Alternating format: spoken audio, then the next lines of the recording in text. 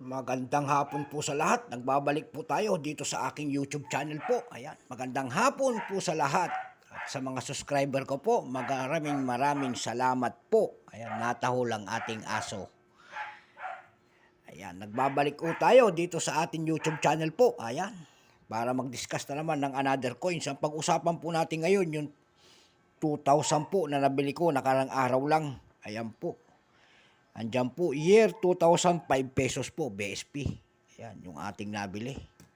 So magandang hapon po sa ating mga kolektor dyan, Luzon, Visayas, Mindanao, kung saan kayong panig ng mundo po. Lalo na yung mga nakasubscribe dito sa aking YouTube channel at saka doon sa aking FB page po. Maraming salamat po. Ayan, ang ating pag-uusapan po, ang tinatawag nila kahit saan sulok ng ating FB at saka YouTube, ay dito na po yung ating semi hard to find na 5 pesos BSP po. Ayan. Unang taon din po ito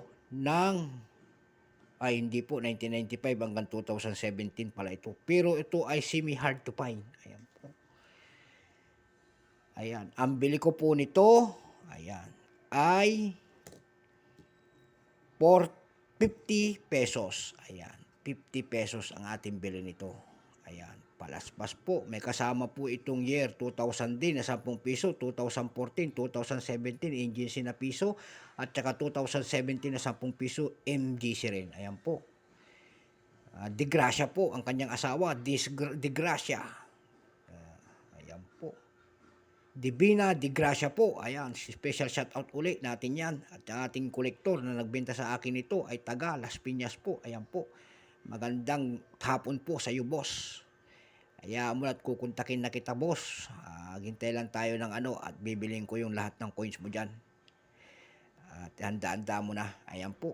Magandang hapon po sa mga kolektor. Ayan po, umpisa bago tayo magsimula sa ating talakyan, kilalanin muna natin ang ating coins na ito. Issue, Philippines, syempre.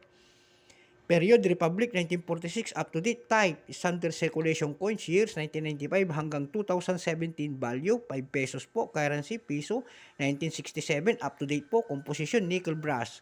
May bigat po itong 7.7 grams. Mayroon haba po itong 27 mm.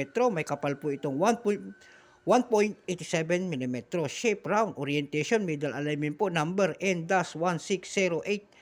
Reference number KM-272. Ayan po. Emilio Aguinaldo po ang kanyang nasa harapang bahagi. Pero Republika ng Pilipinas o yun nandun sa kanyang likod. Ayan po. Ayan. Ayan. At saka Emilio Aguinaldo. Ayan po ang ating imagiting. Ayan. Na si Emilio Aguinaldo po. Ayan. At mint mark. And then Republika ng Pilipinas. 5 pesos. Ayan po. Itong year 2000 pala, kaya napakahirap maghanap. Ito po ay 0.8% lamang. Marami naman nagsasabi na mahal. Hindi naman nabili. Ayan po. Kaya ito ay binili natin sa halagang 50 pesos. Ayan po, dalawa po yan. Mga semi-hard to find ng aking binili. Met up lang po. Ayan. Kasi sigurado. Ayan. Hindi ko na bibanggitin yung taga Cebu na yan. Na binilang ko ng coins na niloko ako. Ipagpasa Diyos na natin lahat ng mga ganyang mga bagay. Ayan po. Ito po. Dalawa po na year 2000 po. Ayan. 0.8% lamang ang kanyang percentage. Wala pa po itong mintage kung ilang piraso ng ginawa ng ating Bangko Sentral. Ayan po. Ang kanyang Verifine po, may selling price niya ay isa lamang. Yung Verifine po ay 56 pesos na. Wala pong almost uncirculated. Uncirculated, wala po. Verifine, 56 pesos. Yun lang. Dumako naman tayo doon sa ating numista na pandaigdigan po. Wala tayong makita doon. Ito po ay reverse die one kung tawagin ng ating mga kolektor. Reverse die one. Sa ebay.com naman po, nakakita tayo ng presyo doon. Dumako tayo doon. Ayan. 2 piraso lamang itong akin kasi noon pinagbebenta ko rin. 157 doon sa ebay.com po. Wala. Pagpindot natin, wala. Sold out. Kaya dumako kagad ako doon sa ating carousel po para maghanap uli kung mayroon talaga mabibili o wala. Ang nakalagay po doon sa ating Carousel PH po ay hard to find daw. Ayan, hard to find na. Oo nga naman. Kasi 0.8% hard to find doon sa kanila yon. Pero pag sinilad natin ng ano yon, ng ganito, hindi naman bibilin. Oo, nakakita lang tayo ng presyo doon na 400 pesos po kasi hard to find. Ayan. At saka 500 pesos po ang nakalagay. Ayan, yung 250 doon ay sold out. Ayan po. So, ibig sabihin na natitira yung 400 at yung 500 pesos. Ayan po. Naliwanagan sana kayo sa mga presyo ng ating coins. Ayan, napakahirap magbenta sa totoo lang po. Marami naman nagbablog. Ganyan, vlog-vlog.